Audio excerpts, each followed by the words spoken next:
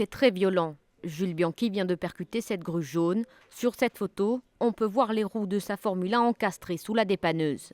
L'appareil est venu évacuer la voiture de l'Allemand Sutil qui a fait une sortie de piste. C'est à ce moment-là que Jules Bianchi vient percuter la grue. Les spécialistes remettent en cause la présence de cet engin de levage. S'il y a une dépanneuse sur la piste, dans un endroit dangereux, puisqu'il y avait déjà la voiture de Sutil qui était sortie de la piste un tour avant, la pluie redoublait, on doit envoyer la voiture de sécurité. Donc c'est vrai que c'est une faute, c'est indéniable. Ça n'est pas la première fois que cette question de sécurité se pose. En 2003, Michael Schumacher avait failli percuter une dépanneuse. Sur certains circuits, d'autres systèmes sont appliqués, comme à Monaco où des grues télescopiques et non pas mobiles vont chercher les voitures.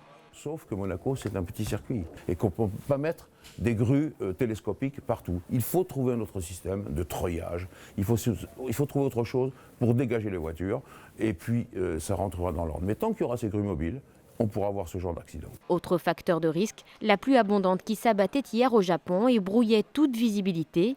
Certains professionnels estiment que la course aurait dû être interrompue. Pour l'heure, difficile d'établir des responsabilités. La fédération devrait prendre des mesures suite à cet accident.